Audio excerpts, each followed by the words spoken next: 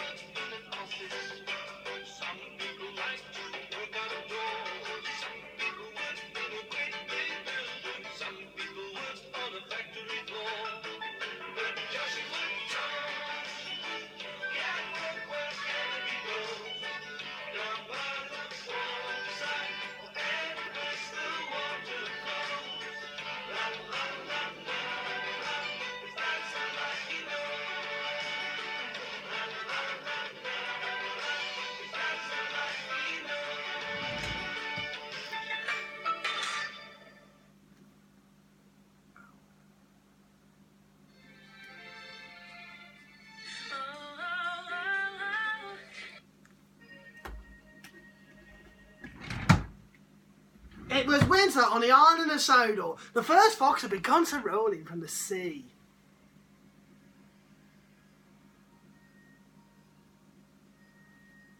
Thomas, Annie and Clarabelle loved the quiet and misty valley, but Thomas must be careful of rocks that sometimes roll along to the tracks.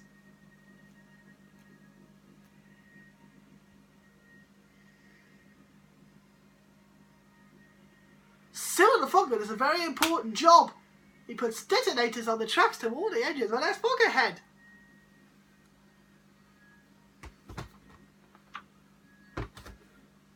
Ooh, shiver Thomas is running over the detonator.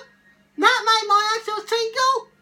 Cyril's done his job, said his driver. We better slow down. There's fog ahead. Thank you, Cyril, said Thomas. That night in the shed's the back controller had something special to show the engines. It was very large and strange looking. What is it? Asked Percy. It's a new invention, a railway foghorn, said the fat controller. It warns you when there's fog ahead, like this. Bab bab! Bab bab! Bab bab! Bab bab! Bab bab! Bab bab! Bab bab! Bab bab! That's loud, said Percy. Too loud, puffed James. Sounds like a tugboat to me, grumbled Gordon. Thomas looked worried. What will Cyril do now? He asked. He will be getting a much-needed rest, said the fat controller. Besides, this new foghorn will be more reliable. Poor Cyril, whispered Thomas. He's been scrapped. The next day, Percy was cheerfully chumming through Misty Valley when suddenly... Bab bab! Bab bab! Bab bab! Oh, bother! Exclaimed Percy. That foghorn is so loud it made my top! And doesn't even make my axles tingle! Still, we better slow down, said his driver. There's fog ahead. The foghorn had been so loud that it made the hillside shake. No sooner was Percy out of sight, when one rock fell, then another, and another.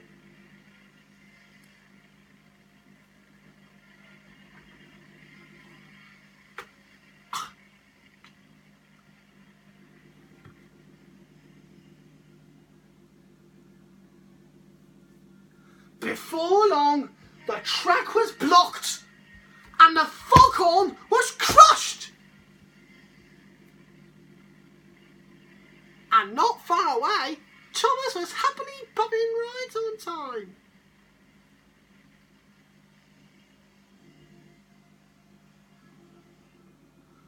I can't see a thing, said Thomas. And then before he could even think of anything else, Bus my bothers! Exclaimed Thomas. What happened to the foghorn? I don't know, said his driver, but at least nobody's been hurt. Tell me will be coming down the line any minute, said fireman. If there's no fog warning, said Thomas, he'll run into us. Leave it to me, called the voice from the fog. It's Sarah, said Thomas. I hope it's in time. Heavy in his coach, heavy heads were chumming along. Toby was looking forward to a wonderland drink at the next station when... 5,000 ladies bumped out of me! There must be foggerheads of his driver. We better slow down. And just around the next bend, with his axles still tingling, Toby was very glad they did. Otherwise, they would have crashed into Thomas's wreck. Soon the tracks were cleared and Thomas was back on the rails. In and humping for Cyril, said Thomas. Toby might have had a worse accident than me. Instead of replacing Cyril with a foghorn, said the fat controller, replace the foghorn with Cyril. You are clearly more reliable. Thank you, sir, said Cyril. And thank you, said Toby. The adventures are all very well. But they don't make my axles tingle, said Percy.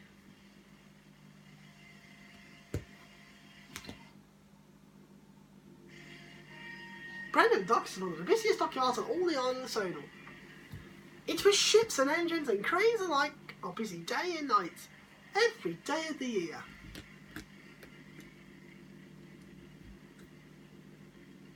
But poor Cranky the Crane never gets a nap. He never gets to sleep early. He works all the time.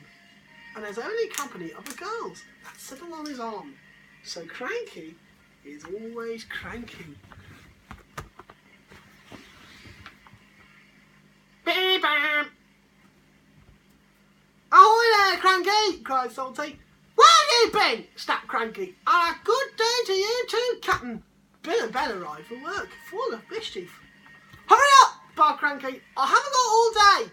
You're no fun, grumbled Bill. You would have been funny you stuck up here, snapped Cranky. So that's why you're cranky, said Bill. You're lonely, said Ben. I'm not! Cranky cranked.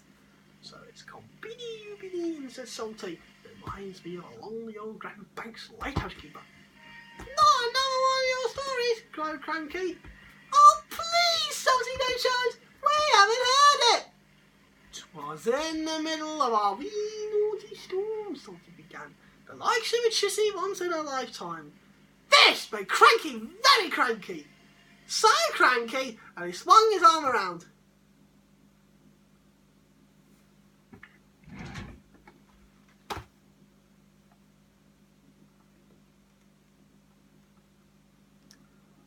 And dropped the pipes onto the tracks instead of the trucks.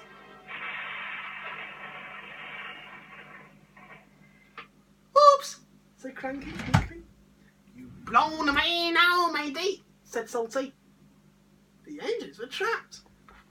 You're going to get into trouble, sang Ben.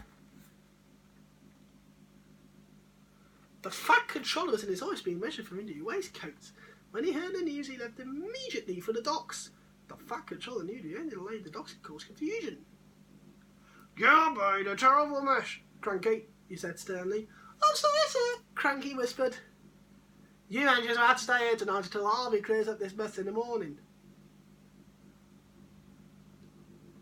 Cranky's heart sank, but Salty uttered those fateful words. That reminds me of a story. It was a bitter cold winter. The brave little ship was stuck until the ice fell in the next spring. He barely made it round the Cape. After 100 scary days of sleeping out a scratch, he sailed at the port and crashed his bow, not 15 feet from my buffers. Luckily, no one was hurt. Sing my ears, well, Cranky. Salty spent all night telling tales of powerful storms, daring rescues, and brave little ships. And when the sun rose, he was still talking and talking and talking. I can't take any more, groaned Cranky. Peep, peep, Harvey the crane engine arrived. The fire controllers will clear away this mess, he puffed proudly. Cranky was so pleased the engines would be going soon, he forgot to be cranky. I'll never be any promise, as long as there are any more Salty stories. And hard Harvey and the workmen had cleared the wreckage, Cranky works hard all day. He carefully loaded the trucks, helped speed the engines on their way, and he said please and thank you. This is new, puffed Thomas, but he had spoken too soon. Cranky couldn't help himself. Hiya! It was nice while it lasted, said Percy. And all the engines laughed. But Cranky was still cranky.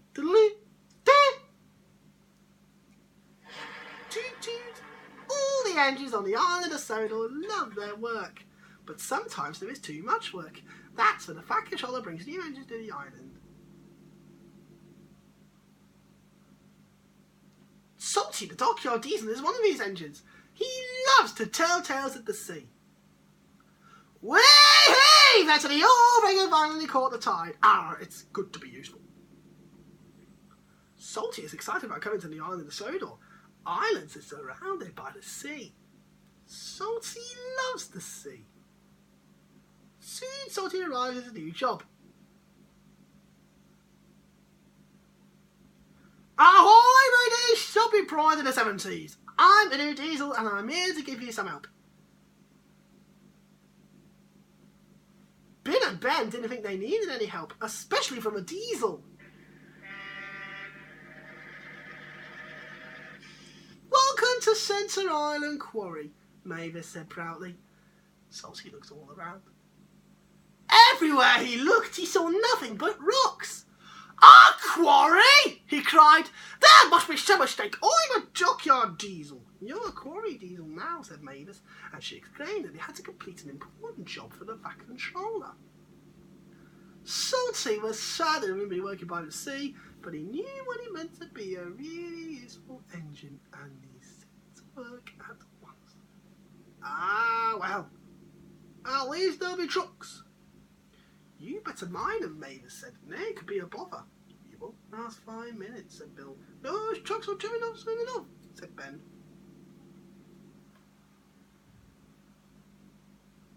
But to Bill and Ben's surprise, the truck seemed to give Salty no trouble at all. Yawns. Yo ho ho, and a bucket of prawns at the lure spins, sang Salty. And the captain yawns, sang the trucks. Thanks to Salty, the Fat Controller's important job was almost done. Bill and Ben were surprised and a little jealous. Here comes Mr. Show-Off, groused Ben. You had to admit he's going to knack with those trucks, said Mavis. Drivers as you'll pull the bolts off us with their stories, puffed Bill. But Salty didn't say a word. He didn't come near the shed.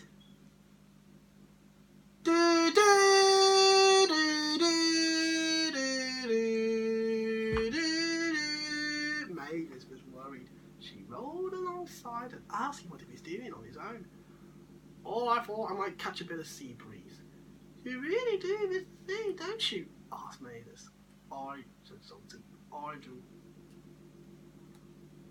But Salty knew the quarry work was important. The next day he tried to show Bill and Ben his secret with the trucks. I like working to a musical rhythm, he said. And so do the trucks. Why did he give it a try, me hearties? Here we go, here we go, here we go. No, we don't, no, we don't, no, we don't. But try as they might, Bill and Ben could not move the trucks the way Salty could. Later that day, the Fat Controller came to the quarry. He was surprised to see the job had been completed. Well done, said the Fat Controller. It was Salty, said Mavis. We couldn't have done it without him. Then I've got a bigger job for you, Salty. Oh, I should. What kind of a quarry is it? Quarry? Said the Fat Controller. I'm sending you to Brenham Docks. The docks, Salty exclaimed. A docks are hard by the sea. Oh, thank you, he said. It reminds me of a time in Billington. And Salty was telling stories again. Salty loves Brenham Docks. He gets more work done than any three engines and feels really useful. And only the trucks know his secret. Oh, Tuller spins and the captain yawns.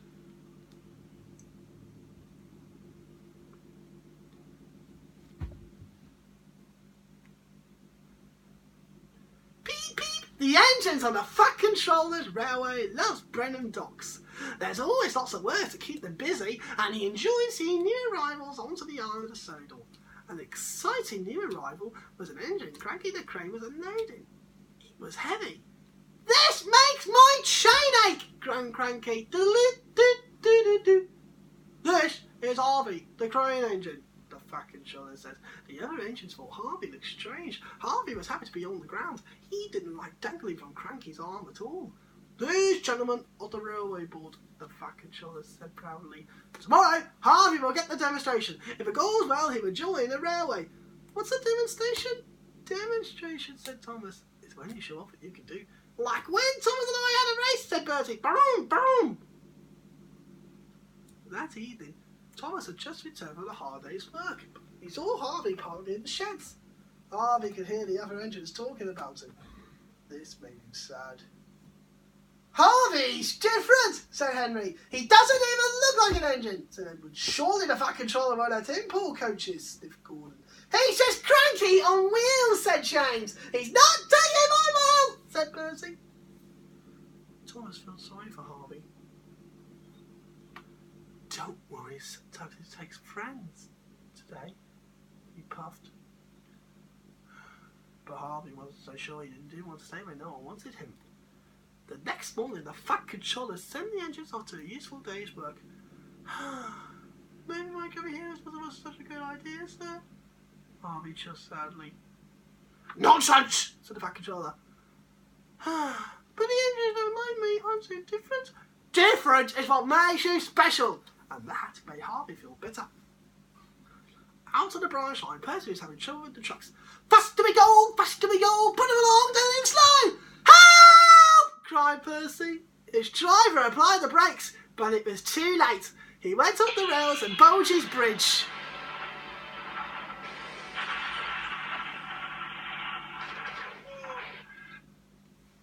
Luckily, no one was hurt. Bertie arrived and was pleased Percy was all right, but it was also very cross. You blocked the road, Bertie snapped. He was worried he wouldn't get the gentleman at the railway board to the demonstration on time. When the fat controller heard the news, he went straight to Harvey. I need you to rescue one of my engines. I'll do my best, sir, Harvey said bravely, and he set off immediately.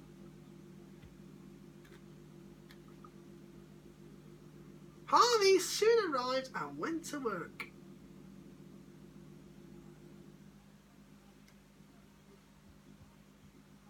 Let's hear Castle Vision and Castle Home video.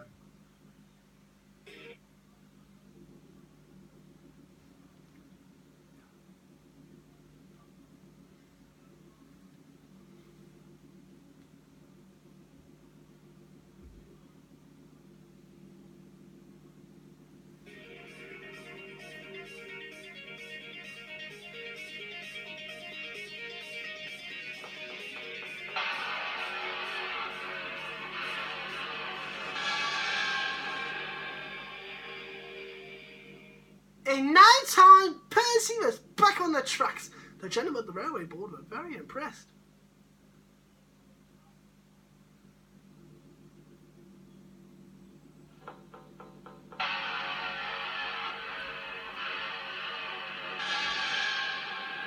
That was the best demonstration of all.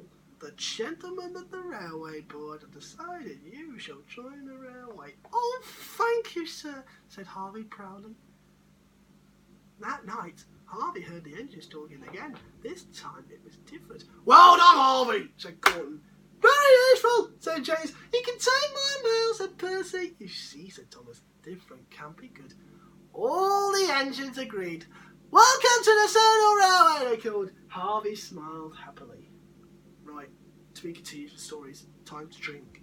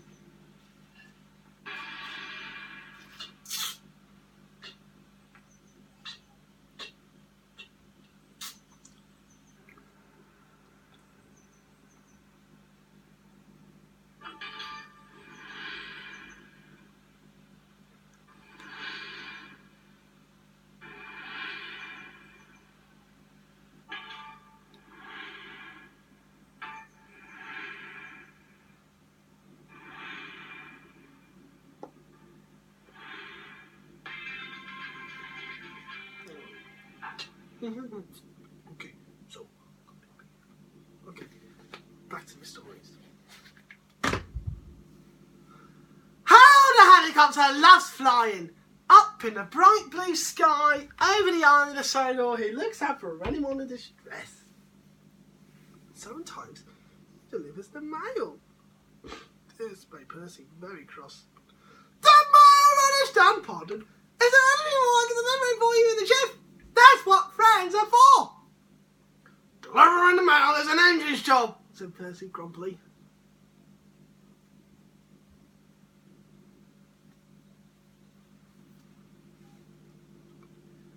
Percy is his favourite job, but carrying the mail is his favourite. It makes them feel very useful. Percy was just right on time to be on time. Must be on time, he puffed. But up ahead there was trouble with the signal box. It was broken. The signal engineers didn't know how long it would take to fix. Percy was upset. It's not so much to her signals, but Percy was worried. I'm going to be late, he cried, and it's not even my fault! The fat controllers enjoyed his tea and marmalade when the telephone rang. Percy is stuck at a broken signal, and Harold must take the mail! Meanwhile, Percy waited for the signal to fix. And last time it was held up, the mail was given to Harold. Maybe found like a really information, he said. Well, the mail must arrive on time, said his driver. Just then, they heard a familiar sound coming from above.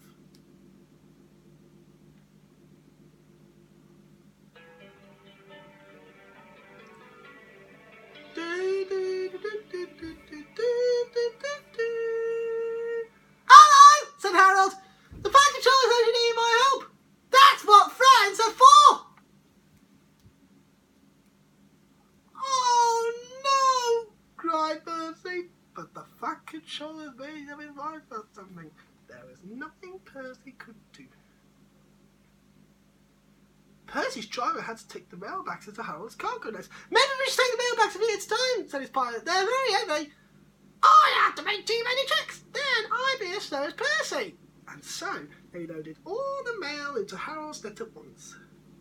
The engineer continued to work on the signal.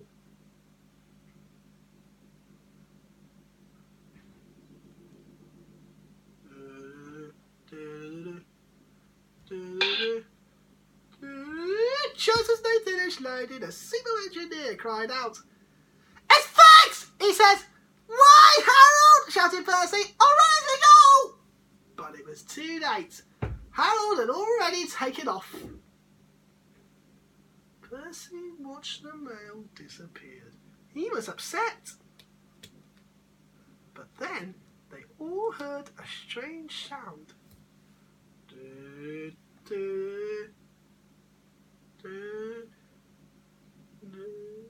Watch out for those trees, Harold! Cried his pilot.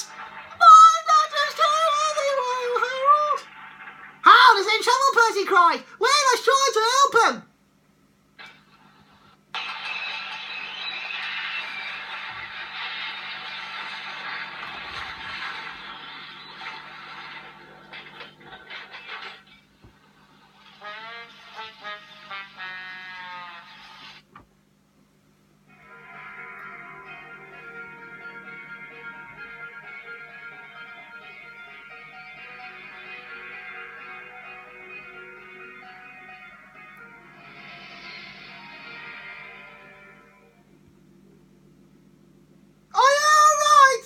Said Percy. Just get someone to pull me out of this haystack. Pfft, sputtered Harold, and Percy did as fast as he could.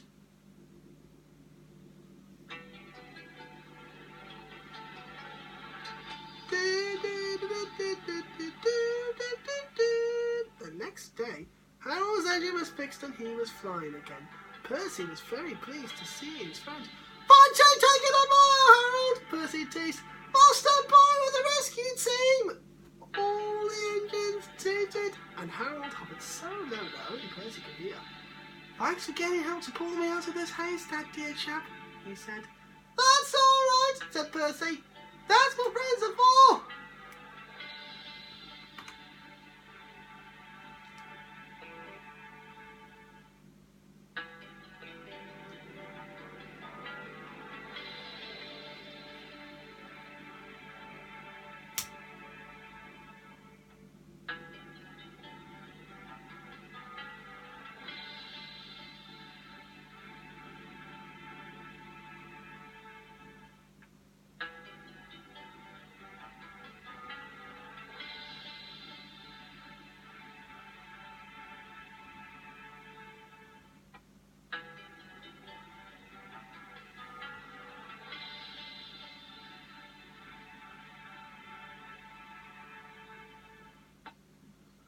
Thomas the Tank Engine enjoys taking specials. Today, he was bringing a special load to Brendan Docks. His load was to go onto a cargo ship. The ship was scheduled to about at sundown. Thomas had to get to the docks before then, but the load was very heavy. So Thomas pulled as hard as he could. He pulled so hard, he broke his coupling rods. He wasn't going anywhere. Oh dear, Thomas said, I'll be late. His driver saw an old shed on the track. There's a telephone in there, I could call for help, he said. Hurry. Sorry, Thomas. Be careful, it looks a bit spooky. Then a voice boomed from inside the shed. Do you mind? I'm trying to sleep. Thomas hoped it wasn't a ghost. Then his driver appeared. Is it a ghost? Asked Thomas nervously. It's a surprise, said his driver. Then a fireman took some of Thomas's coal and headed off to the shed.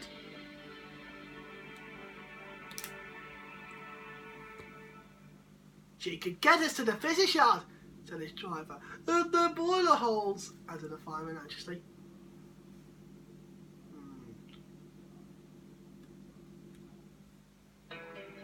What kind of surprise is that? wondered Thomas. Thomas, meet Elizabeth, said his driver. At last the doors opened and out shoved the dirty, grimy steam lorry. Sorry, you're the little puffer that's broken down, she sniffed. Thomas was cross. And you're just an old Central lorry, he retorted. That will be vintage Central lorry, snapped Elizabeth. And I haven't much time to get your coupling rods.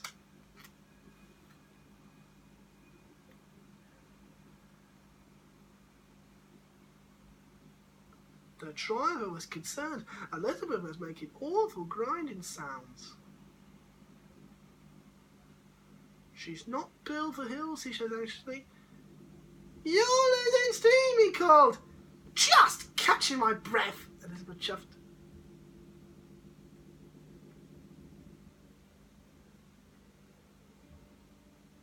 And finally she made it.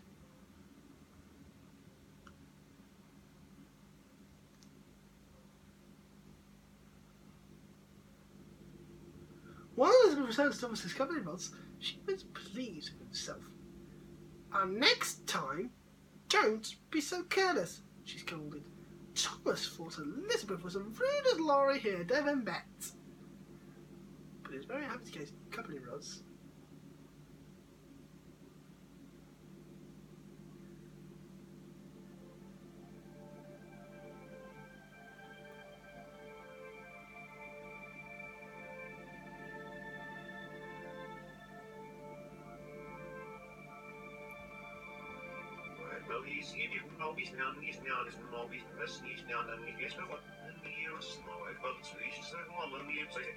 Thomas arrived at the docks just in time.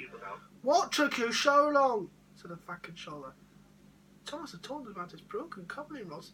He didn't want to know where Elizabeth had been when she rolled up. Oh, it's you, said Elizabeth, looking down at the fat controller.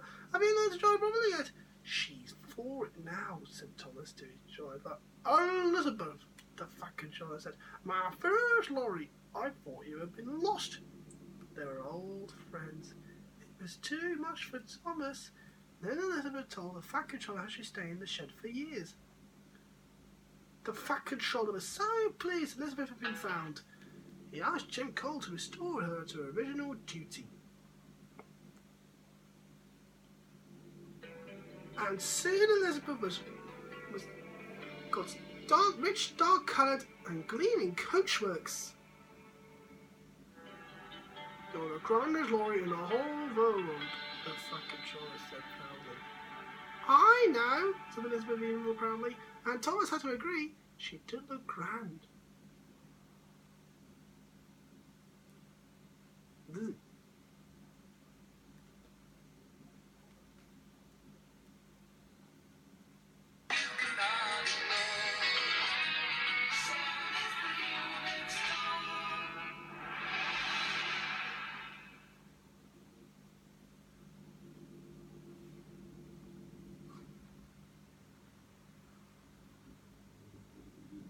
Donald and Douglas are Scottish twin engines. They're practical, peppery and proud. They nearly always work together. One day, Donald and Douglas were chugging through the countryside, hauling a heavy load. Down the line, Trevor the traction engine had been struggling with a big cartload of hay. Crossing the tracks, the cart's wheels had broken off. Then Trevor heard a whistle. Oh no, Trevor cried. Donald could see the cart. Stop! He cried. Dad's trying to apply the brake, but it's too late!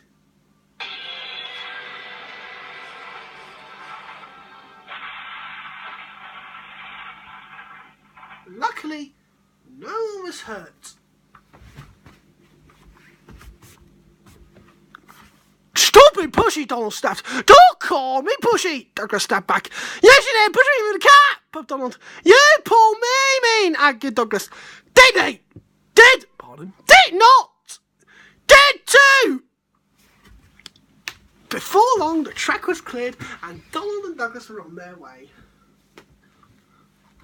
The twins are so cross, they refused to speak to each other for the rest of the day.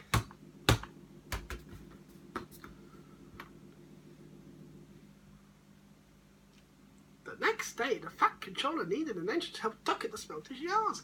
May I go, sir? Said Donald eagerly. I only need one engine, said the Fat Controller. Not two. Only one engine, sir, said Donald. And I would like to work with Duck. The Fat Controller was surprised, but agreed. Thomas was worried. Won't you miss one another? He asked. I know I miss Annie and Clarabelle. Oh, well, borrow my own, said Douglas. Work to do, puffed Donald. At first, Donald enjoyed working with Duck. Peep, peep.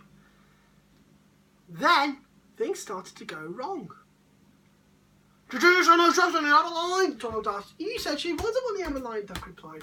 Not the other line, the other line. Donald was cross. Douglas wanted to know what I meant. He huffed. Oh, my bum. I thought I'd on his bed. Douglas is working on his own. He shoved cheerfully through the beautiful countryside. But Douglas had no one to share it with. Although he tried not to, he was beginning to miss his twin. That night, Douglas's driver took him to visit Donald. Oh, shush, partner, said Douglas. Have you come to say you're sorry? Donald sniffed. This made Douglas very cross. Oh, I'm really sorry for, he said, and steamed away in a huff. The next day, Donald was in a bad mood. Doug could see he was getting too close to the brothers. Look out! He shouted, but it was too late. Donald's driver was very cross. This wasn't a happen here, Douglas, he said. Donald knew he was right, and Doug knew he couldn't pull Donald back onto the rails. So he went for help. Douglas was sadly finishing his work as Duck steamed into the depot. Donald's in trouble, said Duck. Donald in trouble, Douglas cried. I'm on my way, and he steamed off as fast as he could.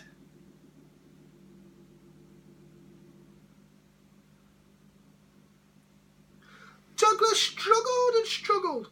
He finally pulled his twin gently back onto the tracks. He was relieved Donald wasn't hurt.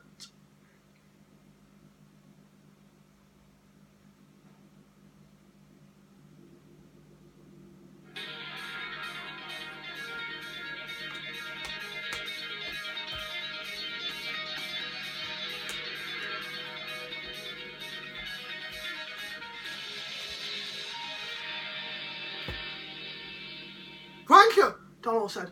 I'm sorry. No, I'm sorry, said Douglas. I'm sorry, insisted Donald. You don't have to have a row, but I was sorry, chuckled Duck. Just we're glad you're back together. And they were. The Fat Controller's engines are proud of how useful they are. It makes them feel important, but none of them feels more important than Gordon. Watch out, Gordon wished. You'll get my paint door stutty, pulling trucks as soon as you are, teased Salty, but Annie wouldn't know. Of course not, Gordon puffed importantly. Express engines don't pull trucks, it wouldn't be dignified. Dingy-fried, puzzled Percy. What's that? Dignified, Gordon corrected. It means someone's too big for his bobbers, teased Salty. Pah, replied Gordon, and he puffed away.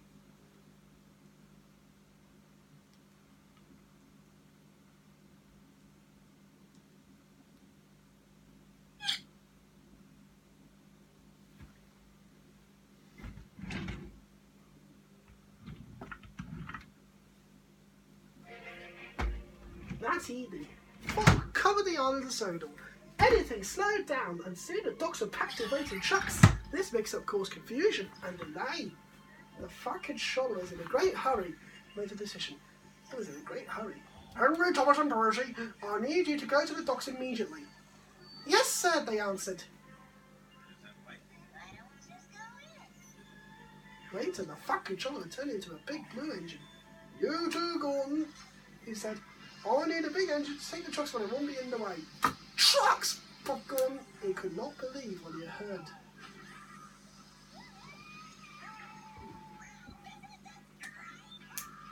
Gordon wasn't happy to be put in trucks. He waited impatiently while they shoved them into place. Hurry up! Chumped Gordon crossly. Why not much, Gordon? asked Thomas. If I must pull trucks, and I'll show Salty how an express engine pulls trucks. Gordon hunted importantly. Careful, Captain, Salty tooted. You don't want to get too big for your buffers. But Gordon ignored Salty.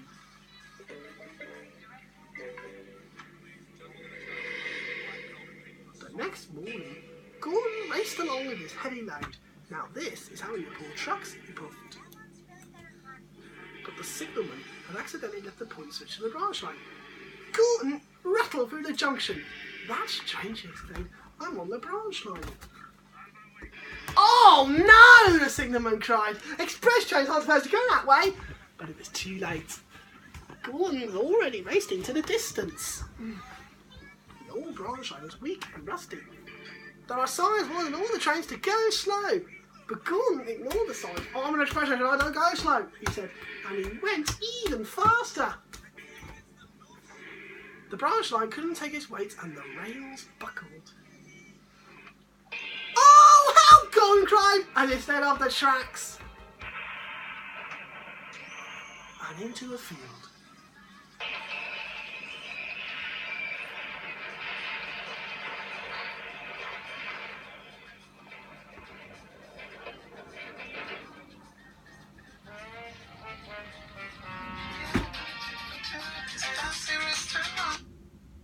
No one was hurt, but poor Gordon felt very undignified.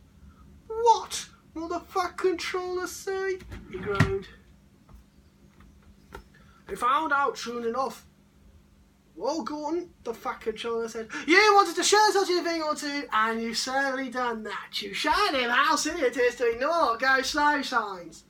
Sorry, sir, said Gordon, and he let out a sad wheesh puff steam. Gordon was soon repaired and back at the docks ready for work, but he was very unhappy with himself. Everyone makes mistakes, said Thomas, even you. Salty, sorry I teased you, puffed James. And I'm sorry I was too big for my buffers, chuffed Gordon. And all the engines gave a jolly toot, even Gordon. Poop. Right, to be continued for the song, if you need a drink as well.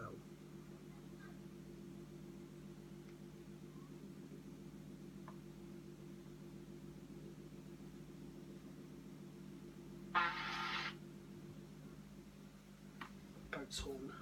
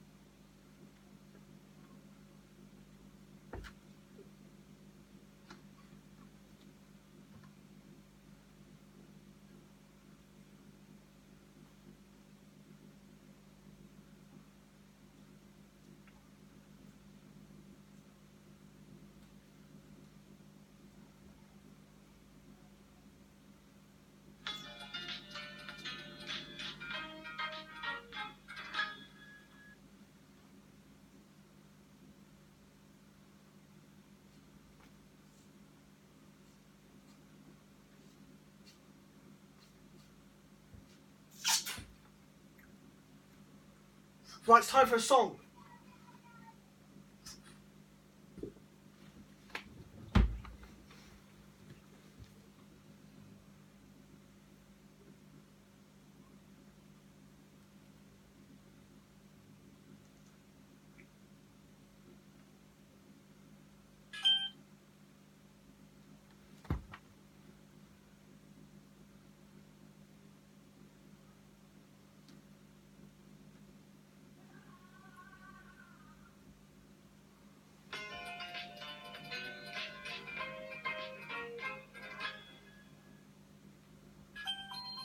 Here we go. This is the story of Thomas's Winter Wonderland. It's the Winter Wonderland. See the sleigh all around. Bells are ringing, ding-a-ling, ding-dong. Sleigh bells jingle, come for the holiday we go, rushing to our Winter Wonderland. It's the Winter Wonderland. Little ocean working hard. It's the proud being, choo-choo-choo-choo-choo. Follow the sea snow that told me a different day. Rushing to our Winter Wonderland. It's Thomas's Winter Wonderland. Climb aboard and join us if you can. See 99 engines rushing to and fro. Festive decorations, people rushing home. Branch line engines travel through the snow. Bite-sized kids who winter hits. Happy holidays!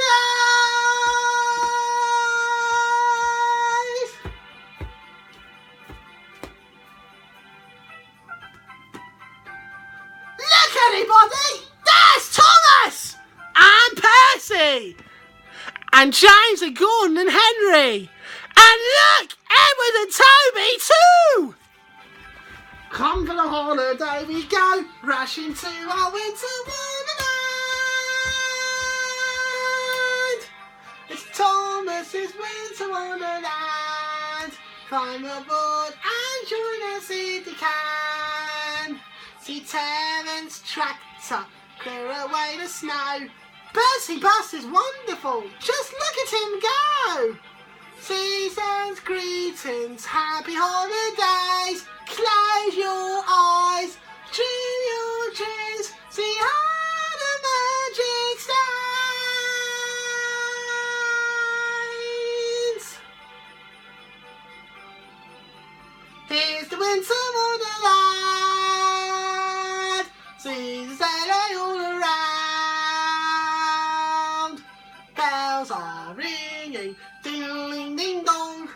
Children singing, come for the holiday we go, rushing to our Winter Wonderland. Our Winter Wonderland. Our Winter Wonderland.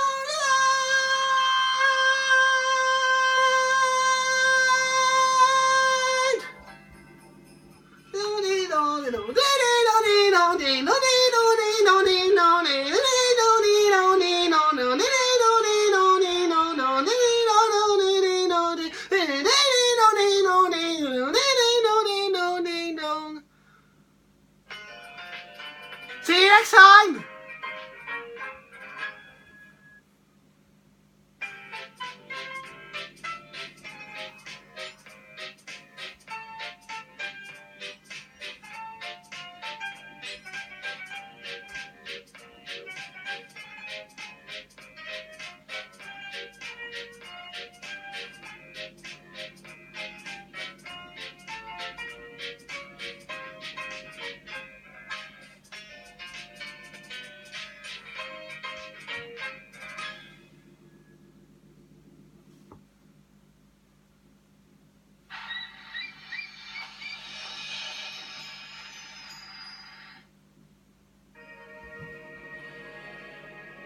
I think that's it.